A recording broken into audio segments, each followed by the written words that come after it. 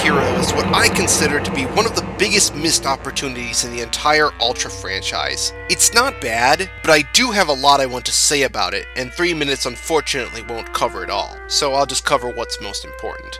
One day, Pigmon mysteriously comes back to life and attempts to warn the Science Patrol of a zombie monster apocalypse that's coming and being spearheaded by the Chief of Monsters, Geronimon. The only problem is, the Science Patrol needs to understand what the monster is saying before they can prepare for the Chief's arrival. The process in doing so is worsened when Hayata learns that due to his continuous heroics as Ultraman, E-Day is having doubts in the patrol and himself, thus neglecting his duties as a patrol member. Just by the premise alone, this episode would have been a great multi-part series finale for the show. Ultraman going up against a monster army and going toe-to-toe with the head honcho monster himself? But sadly, that's not what we got. But we did get some good parts in other places, like characterization. Apart from having an obnoxious voice, Pigmon's role is worthy of an honorable mention since despite being revived to serve his master, Pigmon's willingness to help the humans shows that he's not a mindless brute like every other monster in the show,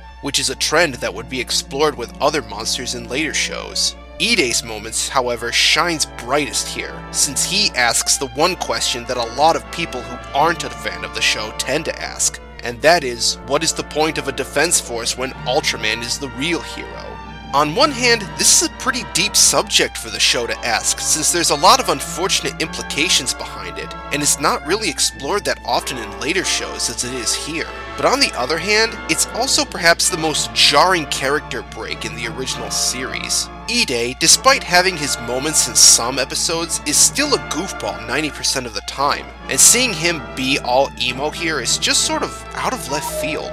Don't get me wrong, it's a neat idea, but the lack of build-up or foreshadowing to it makes it feel very shoehorned. Effects, on the other hand, are not that special though, mostly relying on heavy usage of character and attack props, and the typical Science Patrol shtick, with the exception of Reed Arako's death, which admittedly is pretty impressive.